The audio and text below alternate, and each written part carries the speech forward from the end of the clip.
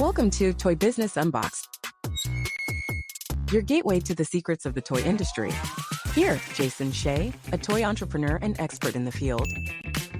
Every product we develop is really inspired by some of the real life experience that we have with our son. 60% of all toys last year were sold on Amazon, which is incredible. Be passionate about it because it's a road, it's a journey. Like when you have an idea that you think is like gonna somewhat like change the world, make things better, I'd say go for it. We'll guide you through the enchanting world of toy design, marketing, and manufacturing. Now let the unboxing begin. Welcome to another episode of Toy Business Unboxed. I'm your host, Jason Shea, where we unwrap the story behind the toys. Today, we have a special guest, Brittany, the owner of Clover Toys, which will be exploring her journey from being an educator to become an entrepreneur and now running her own toy store in the Seattle neighborhood. And I would like to dive into today's interview. And thank you so much for joining us today, Brittany. Thank you, Jason. It's a pleasure to be here. Can you first share with our audience the story behind the Clover Toys and what inspired you to start your own toy store? To be honest, I am not the founder. I took over Clover Toy from Sarah, who had a beautiful vision about Montessori toys in Seattle. It's a very big, Montessori Waldorf is very big in Seattle. Mm-hmm. And I had been running a small little boutique after leaving education. Yeah. And Clover, she decided she was done, and we just switched places in the world. I left teaching. She went out teaching special education, actually. And she went on to be a special education teacher. And I took over running Clover Toys. Interesting. You switched career, a swap. You know what? The universe needed a shift. I think last time when we spoke, also, you are very intentional about the toy that you selected for your toy store. Can you also talk about what set Clover Toy apart from other toy store? And how do you usually choose your collections? You're absolutely right. I wanted to be incredibly intentional about the toys we chose because all toys are good toys. There isn't a bad toy. But when we were looking at the toys we wanted to carry here, we wanted to do so the foundation with Sarah was the Montessori Waldorf wooden toys. Yep. And I wanted to take it one step further. I really wanted it to be sustainable. Mm-hmm. And in particular, sustainable play. So we want toys that are either made with sustainable materials, have a lifetime of more than 10 years, or can be disposed of sustainably. That focus has really led us down a path to finding some really incredible wooden toys and minimizing the amount of plastic in our toys. Mm-hmm. As a mom yourself, how do you balance your role as a business owner with your family life and running the store? It is always going to be a challenge. The good thing right now is my darling little daughter, Ada, still loves coming to Clover.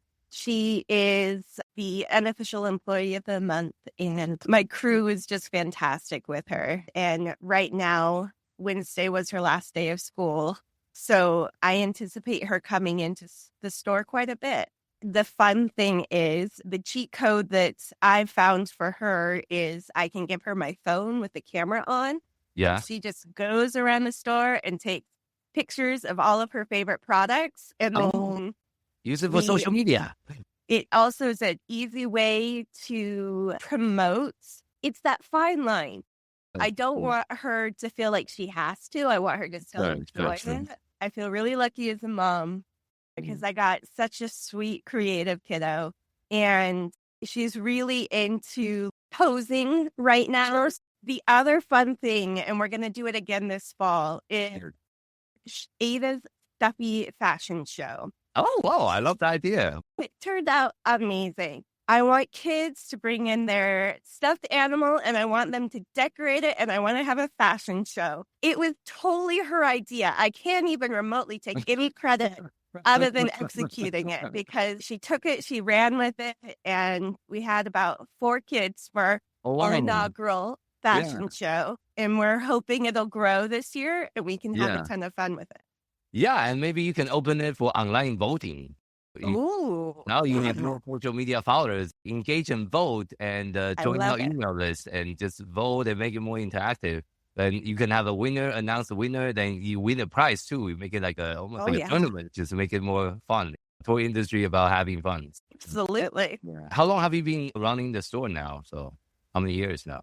7 years. Oh, what are some of the biggest challenge you have faced in running the brick and mortar toy store, and how have you overcome them? Every day has its own unique challenges. We recently moved locations. It was in December of 22, so Yeah. it's not, and we didn't move like across the city. We moved like 6 blocks. Ember, but isn't that Christmas season? You move Christmas season? Oh my God.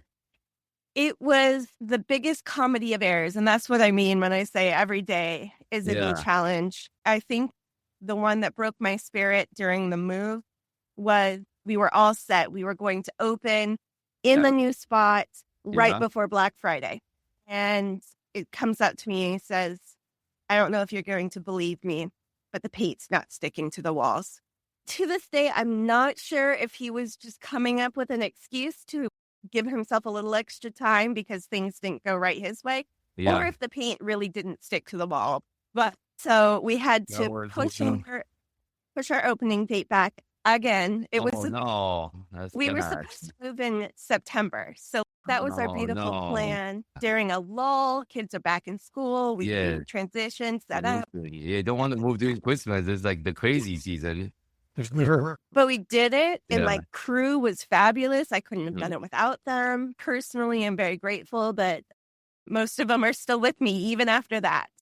How many employees do you have at the store? Right now, we have 7. We are a small neighborhood store. Even some of our local, and I say competition loosely because really I view them more as sister stores, because if Yeah. I don't have something, I can be like, did you go to Snapdoodle? Have you tried Magic Oh. Mouse downtown? And it just creates a better environment for our customers too. I know your focus is on the eco-friendly toys and the sustainability. How do you usually find those toys? Do you go to a particular trade show for them, or do you just go to a regular trade show? I find that I am that annoying toy store that asks way too many questions. And you know what? So I will ask, do you use FSC wood in your manufacturing? Oh. You know, if you manufacture in China, what's your relationship with your manufacturers? And Whoa. Okay. You had a lot of questions. to me, those are the really important ones, because if we're talking about we want it to be globally sustainable, Yeah. those are the questions I want the answers to. And a lot of times the answer is, well, but I'll find out. Fortunately, I don't think there's a standard for eco-friendly toys. It's not like you can get No. a seal or get them on a certified. I don't think it even exists. So it might be a good business to create that. I love it. I like what you think. For me, it really does come down to that, like, what are the materials? Yeah, Is this a one and done toy? Like, true. personally, I love, and so does my husband, rockets. Like Rock? the model rockets that you can do rocketry with. Okay. But those are one and done toys. Oh, And that's true. once you launch it, like, you might be able to reuse the rocket itself, but once the engine is used, it's done. And so even if I really love a toy and it's got really awesome potential, I might not carry it because it doesn't have that, like. Criteria looking for. I see. And the newest one for me, and I've been trying to figure out what I want for my standards to be, is that things can be sustainably disposed of. And one of my newest partnerships is TerraCycle. What do they do? They're really awesome. They basically take everything, anything that is non-biohazard and for the most part inorganic, and they will find a way to reclaim it and reuse it in a new product. Oh, interesting. So one of the things that we are going to, it's just started. I just got it going. How does their business model work? Do they charge you to pick stuff up from you? So I ordered the TerraCycle art supplies box because I was having a really hard time with markers. I feel that for kids, they offer such creativity that even crayons and paint don't have the same level of creativity because they're colorful, but they're smooth and they help with that pincer writing grip. But they're plastic. And so with this program, I paid, it ended up being just under $200. So it's not inexpensive, but it's going to be an 11 by 11 by 20 box. So a fairly large box where we can just put any art supply in except crayon. Once the box is full, I believe their requirement is it has to be under 50 pounds. So you can put a lot in there. You send it back to them and they take it from there. Oh, okay. I can't speak to everything they do, obviously. So my business is just a great partnership, but I know they do a lot with creating plastics that can also be recycled. So like Okay. cutlery and things like that. That's my first time hearing about that kind of services. And my next question is, how do you stay up to date with the latest toy trend? What criteria do you use when you're selecting new product to your store? Every Christmas, I get asked, what's the trendy toy? We don't carry it, but I'm not disappointed about that. I honestly feel like when it comes to toys for us, there is a lot of customer input. And I feel having a really good relationship and having those asking questions of my customers like, hey, I saw that you bought this. I saw you bought this unicorn. I was looking at this other unicorn art set. Would that be something that your child, your friend would enjoy? And I get a lot of really good feedback that way. The other thing that I have done is I keep my pulse on my core brands. I do a lot of work with Plan Toys. Ebu is another one that I do a lot of work with. Yeah. And probably for our trendy toys, Ebu is going to be my version of a trendy toy. They do a lot of art kits, and I think I talked to someone from the Plan Toy. Their business model very interesting. They own their own factory as a toy manufacturer. They have more control over the manufacturing process because they own the factory. Whereas my toy brand, I don't own the factory. I work with the factory. I work with 3 different factories. So I don't have that level of oversight on how the product is being used, what kind of materials you use, how it's being recycled. I really don't have a say in that. But for their business model, because they own their own factory, they obviously have a lot more control and say on, let's try to be eco-friendly. Let's try to be more conscious of using recycled material. So they have a very unique business model out of all the people I talked to so far. So I really respect them for that. And one of the things I love about it when it comes to marketing in store is they're really good about putting it on their packaging. So I can pick up any Plan Toys box and be like, hey, this is how their whole system works. Yeah, they created their own system because it doesn't exist. So they create their own indicator and all that, like the carbon emission and all that stuff. But that doesn't really exist. Hopefully someone maybe can bring a clear business out of it. Yeah, that would be really cool. So I want to transition more to the local involvement for your store. In what way do you engage with your local communities? And you give the example of your daughter trying to do that fashion shows, but any other thing that has been successful for you and your toy store? One of our favorite things to do, and it helps decorate the store too. It's very simple. It's a coloring contest. Okay, coloring contest. But even more to reach Seattle at large, because it's very important to my heart that I don't just exist as a business in this space, but I connect with the community I'm in. And so right now we are partnered with our Chamber of Commerce called the Ballard Alliance. And we are doing a food and supply drive for our local food bank. Oh, okay. You can also do toy drive too, right? So Exactly. There's another local nonprofit called Treehouse that works with kids in the foster care system here in the state of Washington. Yes. And I think it's my favorite thing. They create essentially a free Christmas gift store. So they ask the foster kids, who do you want to get gifts for? They get like a set number of tickets and they just get to go shopping in this store. That's really cool. That's awesome. Yeah, they get gifts for their friends and their siblings and their family.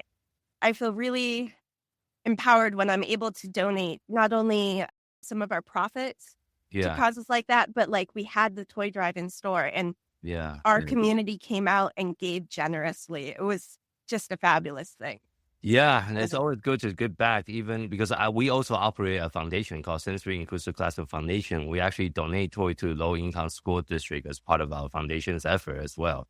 It's a brand new foundation we just started a couple months ago on top of all the other business I run.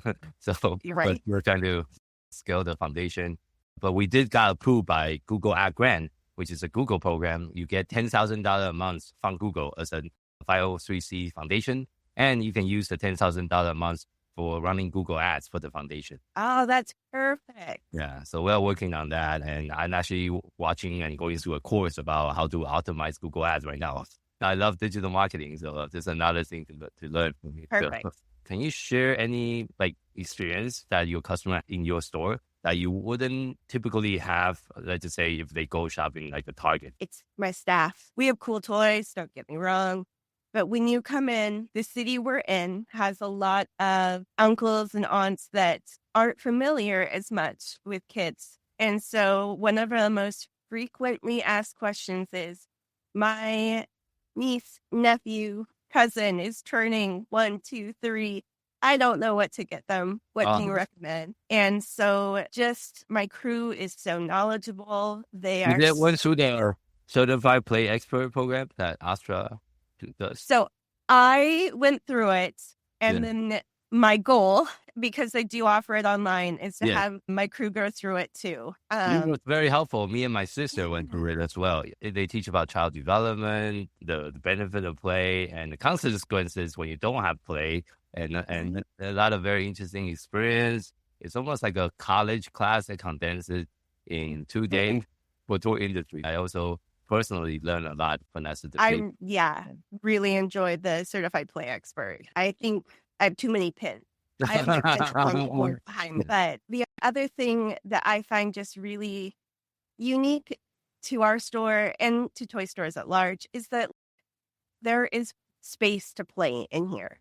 We want you to come in and play in here. And I think my favorite is we have a few families that okay, after Tuesday gymnastics, we're going to go to Clover Toys and we're going to hang out till dinner time. That's what they do. And they're not going to buy something every time they walk in our door, but every time they walk in our door, they have a good time. And you also host birthday party at your store? We have talked about it. Yeah. Even with our expanded space, we haven't. However, we are right next door to a kid's hair salon. That was my logic. And they do have a party room. And there you go. Partner with I'm still feel like, even though it's been 2 years, I'm getting my feet under me. And so once my feet are more firmly under me, I'm really looking forward to doing a lot more partnering with them. It's a cool little hair salon. My daughter loves to go there because they put butterfly clips and glitter in her hair, and there's nothing better. Circling back to an earlier question, I think that's the other thing is, as a toy store, I feel like it's necessary to connect with the other parts of your community. We do 100%, Little League too. My daughter was supposed to be on the team, but she just turns out T-ball's not her jam. Winding down and toward the end of today's interview, one of the questions I ask every single guest is, if you had to share just one piece of advice with someone that's getting started in the toy industry, what would that be? So I had a hard time narrowing it down. So I'm going to go with the one I think is the most important and then share my other two. Trust your instincts more than you think you do. And by simply trusting your instincts and trusting yourself, a lot more gets accomplished than you realize. The next thing, make friends. As you said earlier, toy industry is all about playing. So let's play. And the last, questionably most important, ask questions. The more you know, the better choices you can make. So I guess those are my 3 key pieces for the toy industry. And where can our listener find you? Just for listening to our podcast today, or your podcast, I took ownership when I shouldn't. I wanted to offer a discount code to clovertoys.com.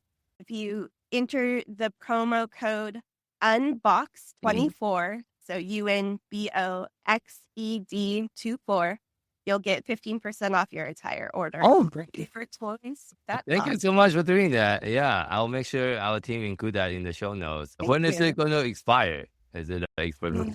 It's good till the end of the year. Oh, okay. Okay, perfect. I'll let my team know that and we'll include it in the show note and also in the email that we send out. So thank you so much for doing that for the listener. Thank you so much for sharing your knowledge. And running a toy store is very different than running a toy brand, which is I run a toy brand. I don't run a store. I don't have I guess the good thing is I don't need to go to a brick and mortar location. I just work from home. I don't interact with the customer as much as you do, which I think that's your advantage because I don't talk to the customer. I get email from the customer. I try to call them and try to have meeting with the customer sometimes, but definitely not on a daily basis that I interact with my customer directly the way you do. So I think your perspective when it comes to customer support and serving the customer is definitely very different. And I really love how you're really trying to give back and get involved in the local community. That's also very wonderful for you to do that. And that's something I'm also trying to do with my business. I'm trying to go to a lot of local networking events here in Phoenix and just meet with other business owners and hopefully connect with someone. It's all about connection. Exactly. So thank you again for being on our podcast and sharing your experience. You've been listening to Toy Business Unboxed, hosted by Jason Shea. Thank you for joining us in exploring the fascinating world of toys and the ingenuity behind them. To stay updated with the latest episodes and continue your journey into the toy business, remember to subscribe and follow us. If you found today's episode insightful, please leave a rating and review and share this podcast with others who share your passion for toys. Until next time, stay curious and keep innovating.